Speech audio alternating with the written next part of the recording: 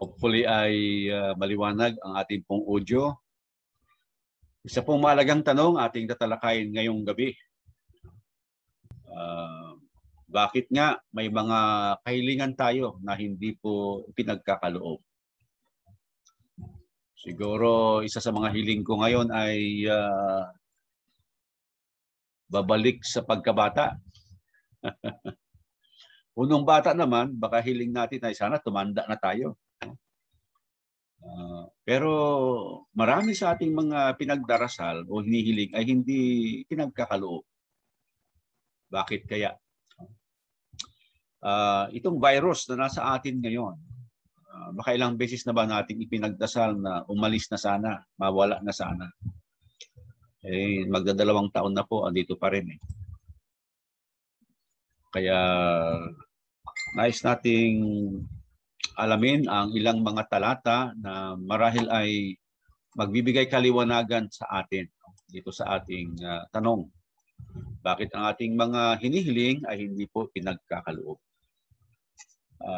Sa ating mga personal na buhay, no? Alam ko, katulad niyo ako, na mayroong mga ipinagdasal na hindi pinagkaloob. Iba po yung sinasabi natin na hindi sinagot. Kasi ang sagot ng Panginoon sa ating mga prayers, maaring oo, so ibibigay agad. No? Maaring hindi pinagkaloob. Maaring pinaghintay tayo. O sabi ko nga, yung ikaapat na sagot ng Panginoon ay higit pa sa iyong hinihiling, ibibigay po niya. Pero ang ating sinasabi ay yung ating hinihiling, ipinagdarasal, ay hindi talaga niya ibinibigay. So ang sagot niya ay hindi. Bakit kaya? Yan ang atin pong pag-aaralan ngayong gabi. Sa banal na kasulatan, mga kapatid, makakabasa tayo ng mga pangyayari na dalangin mismo ng Panginoong Hesus at ng mga apostol, no? Ay hindi naman agad ipinagkaloob.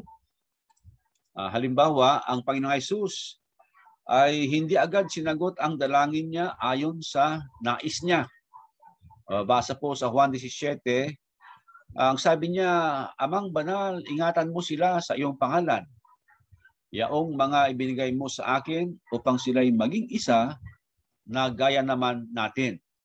Dalangin po niya ito patungkol sa mga alagad. Subalit alam naman po natin na ang kanyang mga alagad ay hindi talaga naging matapat sa kanya o mayroong mga ginawang pagkakamali. Ibig bang sabihin na yung dalangin ng Panginoon ay hindi na sinagot? Kasi nung una, malalaman natin, ang kanyang apostol na si Pedro ay ipinagkaila siya ng 3 beses. Si Judas, siyempre, nagkanulo siya, binenta siya ng 30 pirasong pilak. Sa bagay po sa katagalan, ay ating maunawaan na ang mga alagad na ito, maliban kay Judas, sapagkat tinapos naman ni Judas ang kanyang buhay. Pero si Pedro ay nagsisi, nalungkot sa kanyang ginawang pagkakaila at naging matapat sa kanyang Panginoon hanggang sa katapusan ng kanyang buhay. So at first, hindi po dininig ang dalangin ng Panginoong Hesus patungkol sa kanyang alagad na si Pedro, pero katagalan naman ay sinagot din na siya ay iningatan at naging matapat sa lahat ng kanyang buhay. Ang Panginoong Hesus din naman ay humiling na kung maaari, ay ilampas sa kanya yung saro. At yung saro na kanyang tinutukoy, mga kapatid, ay yung pong kanyang kamatayan. So Matthew 26:39. Sabi niya, Ama ko, kung baga maaari, ay lumampas sa akin ang sarong ito. Gayunmay, huwag ang ayon sa ibig ko, kundi ang ayon sa ibig mo. Yung saro na kanyang tinutukoy, mga kapatid, ay ang kanya pong kamatayan. Kaya ito yung dalangin niya ng gabi na bago siya hulihin. At sabi nga, ang kanyang mga pawis ay pumatak na parang mga dugo. At ito ay pinapaliwanag sa tindi ng kanyang depression or stress na tawag natin ngayon, ay ganoon ang naging resulta sa kanyang katawan. So sa kanyang pagiging tao, dama po niya, no? Yung hirap. na naka-schedule ang kanyang kamatayan. Kasi bilang Diyos, alam naman niya kailan, no? Anong araw, anong oras, sa anong paraan siya mamamatay. Kaya sa kanyang pagiging tao naman ay dalangin niya kung maaari lang, Ama, no? Ilampas mo ito. Subalit sa ating ngang pagkakaalam sa Panginoong Jesus, siya ay masunurin. Kaya sabi niya, sige Ama, ang iyong kalooban ang matupad at hindi ang sa akin. Isa pang halimbawa ng panalangin hindi agad na tupad ay ang dalangin ni Apostol Pablo. No, sa ikalawang Korinto Kapitulo 9, mayroon siyang dalangin patungkol sa kanyang karamdaman na sana ay mawala. At sabi nga niya, 3 beses na ipinagdasal niya ito. Mabasa po natin ang mga talata. Sabi niya, ngunit upang hindi ako magyabang sa dami ng kamanghamanghang mga bagay na nasaksihan ko, ako'y binigyan ng pahirap sa aking katawan na nagsisilbing sugo ni Satanas upang pahirapan ako. At nang sa gayoy, hindi ako maging palalo. Galing kay Satanas, sabi niya, no, ang pahirap na nasa kanyang katawan. Marami pong haka-haka. No? Ano kaya yung pahirap sa kanyang katawan? Isa ay nagsasabi na marahil ay sa mata. Kasi sabi niya, ako sumusulat sa inyo ng malalaking litra. Sabi niya, may problema na siya sa mata noong mga panahon ko na yun. Pero ano man yun, ito'y tinik sa laman ang tawag sa ibang version. May karamdaman si Apostol Pablo. At sabi niya, ito binigay ng Satanas. At verse 8, sabi niya, 3 beses kong idinalangin sa Panginoon na alisin ito. Ngunit ganito ang kanyang sagot. Ito ang sagot ng Diyos sa kanya. Dalangin niya, mawala sana yung sakit niya. Pero ang sagot sa kanya, ito. Ang kagandahang loob ko ay sapat na para sa iyo, sapagkat lubusang nahahayag ang aking kapangyarihan kapag ikaw ay mahina. Kaya't buong galak kong ipagmamalaki ang aking mga kahinaan upang manatili sa akin ang kapangyarihan ni Kristo. Alang-alang kay Kristo, ako'y may kasiyahan sa gitna ng mga kahinaan, mga pagkutya, mga kahirapan, pag-uusig at kagipitan, sapagkat kapag ako ay mahina, doon ako nagiging malakas. Mayroon po palang dahilan kung bakit hindi agad o hindi inalis yung sakit sa katawan ni Apostol Pablo. At sa 3 beses niyang pananalangin, hindi sinagot. At ang sabi na sa kanya ng Panginoon ay, ang kagandahang loob ko ay sapat na para sa iyo. Okay na yan, Pablo, ang sinasabi ng Diyos sa kanya. At kung bakit, ay sapagkat sa kahinaan ni Pablo, sa karamdaman, sa sakit na mayroon si Apostol Pablo, doon naman nahahayag ang kapangyarihan ng Diyos. Kumbagay, hindi magdidepende si Apostol Pablo sa kanyang sariling kalakasan, sariling kalusugan, kundi sa kapangyarihan ng Diyos. At ang sabi niya, kung saan siya mahina, no, doon nagiging malakas.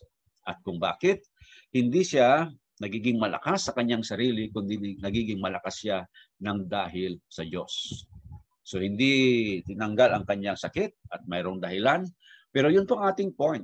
No? May nakasulat na mayroong dalangin, hindi sinagot. Kaya ngayon pa lamang, no, ating maunawaan na, dapat ating unawain na yung ating mga prayers na hindi sinagot ay parang sinasabi natin na may katulad din naman yan na nangyari. Una sa Panginoong Jesus, tapos kay Apostol Pablo. So ang ating pangalawang tanong ay bakit kaya? Bakit kaya? Well, mayroong mga talata na magiging basihan po ng ating sagot. Una, mas alam po ng Diyos ano ang makabubuti sa atin. O noong bata pa tayo at nananalangin tayo na sana tumanda na tayo agad. Matapos na tayo sa pag-aaral agad. Elementarya pa lang tayo. Gusto na nating magtapos ng kolehiyo. Magtrabaho na, mag-asawa na. Kung ganoon ang nangyari, hindi natin mai-enjoy yung buhay, ang pagkabata halimbawa. Oo. Mas alam ng Diyos. Kaya dumaan tayo sa natural na proseso ng pag-mature ng isang tao. Mula sanggol, magiging bata, at magbibinatilyo, magdadalagkita, magiging mature, magtatapos ng pag-aaral, magtatrabaho, mag-aasawa, hanggang sa magpapamilya, no? Etc. No? So, Matthew 6, Kapitulo 8, Kapitulo 6, versikulo 8, ang sabi po rito, huwag nga kayong magsigaya sa kanila. Sapagkat talastas ng inyong ama ang mga bagay na inyong ikinakailangan. bago ninyo hingin sa Kanya. Sa instruction na po ng Panginoong Jesus patungkol sa pananalangin, no? Mayroon siyang sinasabi niya, huwag gayahin itong mga Parisyo at mga Sadusyo na paulit-ulit kong manalangin. No? At sinabi niya, kasi naman, alam na ng Diyos kung ano yung kinakailangan ninyo bago pa man ninyo ito hilingin. At dahil alam na rin naman ng Diyos ang ating kailangan bago pa natin ito hihilingin, mga kapatid, hindi nga ba't alam na rin niya kung yung ating hihilingin ay makabubuti o hindi? O, alam niyo po niya kung ano yung ating hihilingin bago pa natin sasabihin. Hindi alam na rin po niya na yung ating hihilingin ay makabubuti o hindi.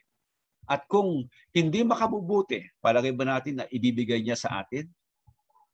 Sinong ama ang magbibigay sa kanyang anak ng isang bagay na ikasasama ng kanyang anak? At ganoon din po ang ating amang Diyos. Kaya isang dahilan na maaari nating sabihin kung bakit yung ating dasal ay hindi pinagkaloob, hindi sinagot ng oo, ay sapagkat mas alam ng Diyos ang mabuti para po sa atin.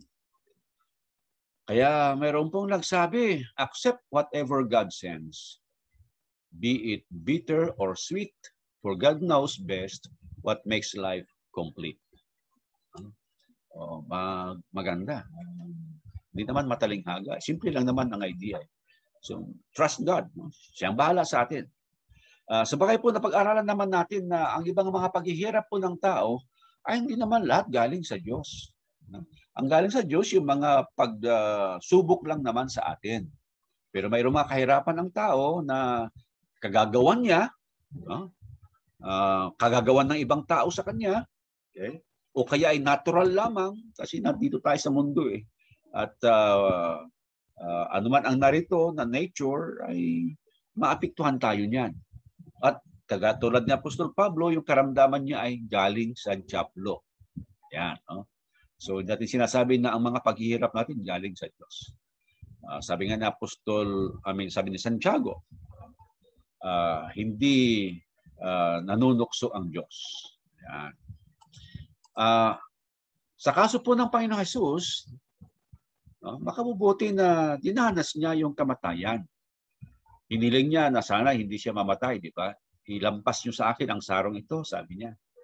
Subalit kailangan pong mamatay siya upang ang dugo niya ay umagos at ang dugo na yun ay pantubos sa kasalanan ng tao sa mundong ito. Ano kaya kung hindi siya namatay? No? Dininig yung panalangin niya na ilampas yung saro, hindi siya mamamatay. O hindi po mangyayari ang kaligtasan, ang kapatawaran, no? Ang redemption ng tao mula sa kanyang kasalanan. Sabi po ng Hebreo 9:22, ayon sa kautusan ay halos masabi at kung lahat ng mga bagay ay nililinis ng dugo at maliban na sa pagkabuhos ng dugo ay walang kapatawaran. At Hebreo 10:4, ang mga dugo ng hayop sa lumang tipan hindi nakapaghugas sa kasalanan ng mga tao kaya kinailangan yung dugo ng Panginoong Jesus. O kaya hinayaan ng Diyos na ang Panginoong Jesus may pako mamatay doon sa cross. Alam po yan, no? Minabuti ng Diyos na hindi alisin ang tinik sa laman ni Pablo. Bakit? Kasi sa kanyang kahinaan, doon naman makikilala ang kanyang kapangyarihan o ang kapangyarihan ng Diyos. Pangalawa, ang Panginoong Diyos, alam niyo mga kapatid, nakakarinig siya ng mga dalangin natin na magkakasalungat. Alam niyo ba yun? Kung ilalagay natin ang ating sarili sa Kanya, ang tanong ay, alin dito sa mga prayers na ito ang ating pakikinggan?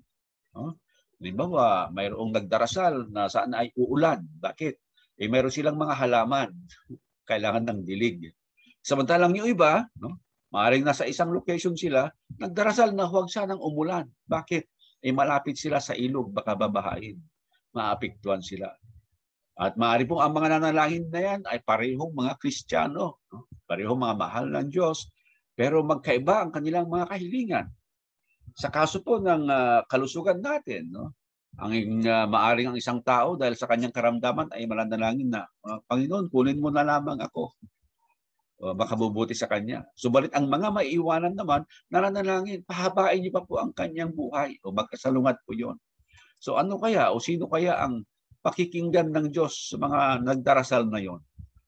O yung may karamdaman o yung pamilya na ayaw pa siyang paalisin Ayan, no? So, sa mga pagkakataong ito, ang Diyos ang nagpapasya. At kapag pinagbigyan niyo po yung isa, ibig sabihin ay yung kabila ay hindi masasagot sa kanilang kahilingan. Kaya yun po ang ating maunawaan na pangalawang dahilan na maaaring hindi lahat ng ating dalangin ay ipinagkakaloob. At sa pangatlo, kawalan o kakulangan ng pananampalataya ay nasusulat na isang dahilan kung bakit ang ating mga kahilingan ay hindi po pinagkakaloob. John chapter 14, verse 13 to 14. At anumang inyong hingin sa aking pangalan ay iyon ang aking gagawin, upang ang Ama ay luwalhati sa anak. Kung kayo'y magsihingi ng anuman sa pangalan ko, ay iyon ang aking gagawin. Anuman ang iting hilingin, sabi sa pangalan niya, ayun ang kanyang gagawin.